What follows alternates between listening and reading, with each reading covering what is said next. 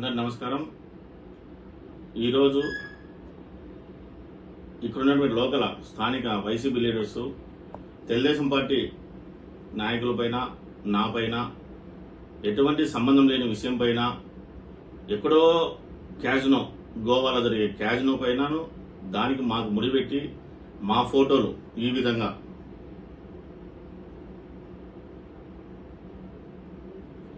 విధంగా మార్పింగ్ చేసి ప్రజలకు ఏం చెప్పాలనుకుంటున్నా సూటుగా చెప్పండి బంగారెడ్డి గారు. నేను ఒకటే ఏమడుగుతున్నా అంటే పొద్దుటూరు ఎక్కడ, గోవా ఎక్కడ?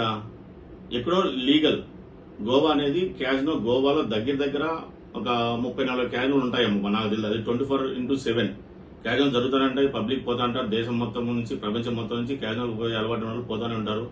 గోవా అనేది ఒక పర్యాటక ప్రదేశం. ఆ పర్యాటక ప్రదేశంలో భాగంగా, ఆ పర్యాటన ఆకరించే భాగంగా క్యాజినోలు కూడా రన్ అవుతామని ఉంటాయి.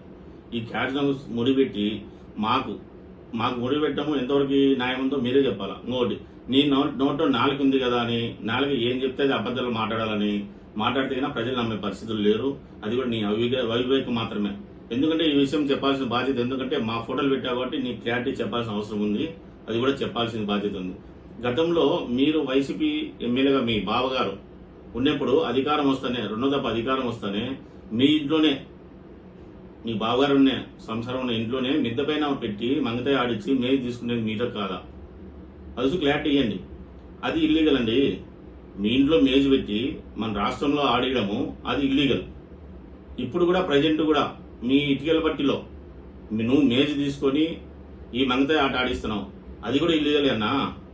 గోవాలో అనేది క్యాజినో గురించి మాడుతున్నావు కాబట్టి, క్యాజినో గురించి చెప్పాలి కాబట్టి, గోవాలో అనేది క్యాజినో లీగల్. అంటే సెంట్రల్ గవర్నమెంట్, స్టేట్ గవర్నమెంట్ విలాస పన్ను అంటే జీఎస్టీ రూపంలో విలాస పన్ను 18%, ఎవరు ఎంట్రీ అయినా కానీ 18% తీసుకొని వాళ్ళు లోపల ఎంట్రీ తీసుకోవడానికి విలాస పన్ను కింద గవర్నమెంట్ కట్టి లోపలికి ఎంట్రీ అవుతారన్నా. అది లీగల్ గా ప్రభుత్వం పర్మిషన్ ఇచ్చింది కాబట్టి అక్కడ ఎంట్రీ అవుతుంటారు. సపోజ్ ఒకవేళ గోవాలో పోతున్నారు, గోవాలో పోయే వాళ్ళని ఎంతమంది మనం ఆపితే ఆగుతారా? అలవాటు ఉండేవాడు పోయేవాడు పోతాడంటన్నా. ఆ పోయే వాళ్ళందరినీ ముద్రేసి ఆ క్యాజినో పాపం ఏమి నాకు ఎటువంటి సమస్య లేదు, సంబంధం లేదు.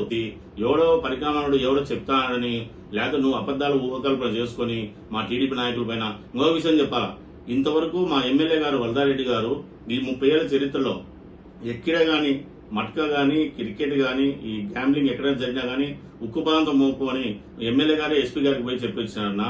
ఎమ్మెల్యే గారు ఎప్పుడు వరదారెడ్డి గారు ఎమ్మెల్యే అవుతారో ప్రొద్దుటూరులో ఇలాంటి అసాధ్య కార్యక్రమాలు ఎటువంటి పరిస్థితుల్లో ఎవరు నాయకులు చేసినా, మా నాయకుడైనా ఇంకొక నాయకుడైనా ఎవరే ఒప్పుకునే పరిస్థితి లేని ఎమ్మెల్యే గారు మా ఎమ్మెల్యే గారు. అది గుర్తుపెట్టుకో. మీలాగా మీ ఇంట్లోనే మేలు తీసుకుని ఆడించేవాడు మా ఎమ్మెల్యే గారు.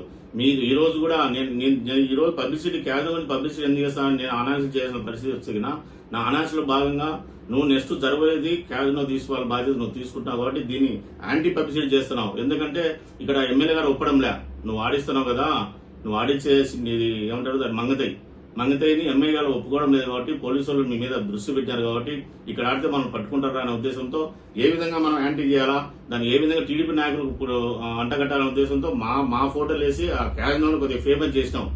ఈరోజు గోవాలో క్యాజినో జరుగుతుంటే ఎవరో పోయే వాళ్ళకి ఆడే వాళ్ళకే తెలిసింటుంది. క్యాజినో పోయేవాడు ఆడేవాడు అలవాటు ఉంటేనే పోతాడన్నా. నువ్వు బలవంతంగా తీసుకుపోయి ముక్కుదారికి ముక్కేసి రారా పోదాం రాని మొత్తం నుంచి ఎక్కించిపోతే రారన్నా. ఎవరి కొద్ది వాడు కారులో పోతాడో, బస్సులో పోతాడో, ఫ్లైట్ లో పోతాడో, ఎవరి కొద్ది వాళ్ళు పోయి ఆడుకుంటుంటారు. ఈ రోజు నువ్వు ఎందుకు పబ్లిసిటీ చేస్తావంటే నెక్స్ట్ టార్గెట్ నువ్వు గోవానే. ఎందుకంటే ఇక్కడ పోలీసులు ఒప్పడం లేదు. ఇది పబ్లిసిటీ ఫ్రీ పబ్లిసిటీ అయితేనే గోవాకి నేను తీసుకుపోతారా అని అందరిని తీసుకోవాలనే ఉద్దేశంతో మా మీద చూస్తున్నాం. ఇవన్నీ మంచి పద్ధతి కాదు. ఫస్ట్ నువ్వు లీగల్ అంటే ఏంది, ఇల్లీగల్ అంటే కనుక్కో. నువ్వు ఫస్ట్ నువ్వు చేస్తున్న అసహాయ కార్యక్రమాలు మానేసి, మా మీద వేసే అభినయాలన్నీ మానేసి, ఎవరి ఇష్టం వాళ్ళకి ఉంటుందన్నా. గోవా అనేది లీగలు.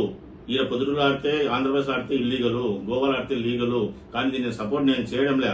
కాకపోతే నువ్వు చేసుకునేది నీ స్వార్థం కోసము. నువ్వు నెక్స్ట్ గోవా తీసుకోవాలా, నువ్వే ఈవెంట్ పెట్టుకోవాలనే ఉద్దేశం ఉంది కాబట్టి ఈరోజు ఈ పథకం రచించామని అందరూ ప్రజలు కూడా అనుకుంటున్నారు. దయచేసి ఇవన్నీ ఏమున్నా మా మీద నిందలు మోపుకున్నా నువ్వేమన్నా చేయాలనుకుంటే చేసుకో. దాని మీద పోలీస్ వ్యవస్థ ఉంటుంది. నువ్వు ఏం చేసేది ఏం కదా, పోలీసు కన్ను కట్టి ఉంటుంది. ఈ రోజు కూడా ప్రజలు కూడా అన్ని గౌరవిస్తున్నారు. ఎవరు ఇష్టాలు వాళ్ళకు ఉంటాయి కాబట్టి దయచేసి ఇలాంటి మా బుద్ధి వ్యవహారాలను మానేసి మంచిగా ఏదైనా ఇప్పుడు ప్రజలు తుఫాన్ వచ్చి అల్లాడిపోతున్నారు. తుఫాను వచ్చి ప్రజలకు ఏం చేయాలరా, ఏ విధంగా చేయాలి, ప్రతిపక్షంలో ఉన్నప్పుడు మీరందరూ పోయి రోడ్లపైన తిరిగి ఎక్కడ సమస్యలు ఉంటే దాని మీద దృష్టి పెట్టి ఆ సమస్యలు లేకుండా చూడాల్సిన బాధ్యత తీసుకోకుండా డైవర్ట్ పాలిటిక్స్ చేయాలా. ఈ తుఫాను గవర్నమెంట్, ఆంధ్రప్రదేశ్ గవర్నమెంట్, ముఖ్యమంత్రి చంద్రబాబు నాయుడు గారు నిద్రపోకుండా అహర్నిశలు పనిచేస్తూ పోలీస్ వ్యవస్థ అయితేమి, రెవెన్యూ వ్యవస్థ అయితేమి, కరెంట్ డిపార్ట్మెంట్ వ్యవస్థ అయితేమి అందరినీ ఎక్కడ సమస్య ఉందో అక్కడే అందరు తీసిపోయి అతను మేలుకొని పని చేపిస్తుంటే ఇదంతా డైవర్ట్ చేయాలా, ఈ క్రెడిట్ అంతా గవర్నమెంట్, తెలుగుదేశం పార్టీ గవర్నమెంట్ పోవాలనే ఉద్దేశంతో నేను ఒక బీసీ నాయకుడు అయినటువంటి నన్ను దృష్టిలో పెట్టుకుని నన్ను ఫోకస్ చేస్తూ మమ్మల్ని డ్యామేజ్ చేయాలనే ఉద్దేశంతో, ప్రభుత్వాన్ని డ్యామేజ్ చేయాలనే ఉద్దేశంతో ఇవన్నీ రచించినామనేసి కూడా ప్రజలందరూ అనుకుంటున్నారన్నా. నువ్వు చెప్పేదంతా నిజం కాదు. మీ బావగారు వాయిస్ ఫర్ సేల్ అని పిటిషన్లు వేసి డబ్బులు ఎత్తున్నారు. నువ్వు ఈ గోవా విషయం మాట్లాడి క్యాసినో విషయం మాట్లాడితే ఏం డబ్బులు ఏం పడవన్నా, ఎవరు ఇష్టమైన వాళ్ళు పోతారు, నీకు డబ్బులు ఇచ్చి పోవాలని రూల్ ఏం లేదు. ఇదేమైనా ఆలోచించుకుంటేమో డబ్బులు అయితే రావు. ఇలాంటి మాటలు కన్నా ఏదైనా అభివృద్ధి కార్యక్రమాలు ఎలా చేయాలో దాని మీద సలహాలు ఇచ్చి సూచించే దాని మీద దృష్టి పెడితే బాగుంటుందని మీకు మనవి చేసుకుంటూ మీకు తెలుపుకుంటున్నాను.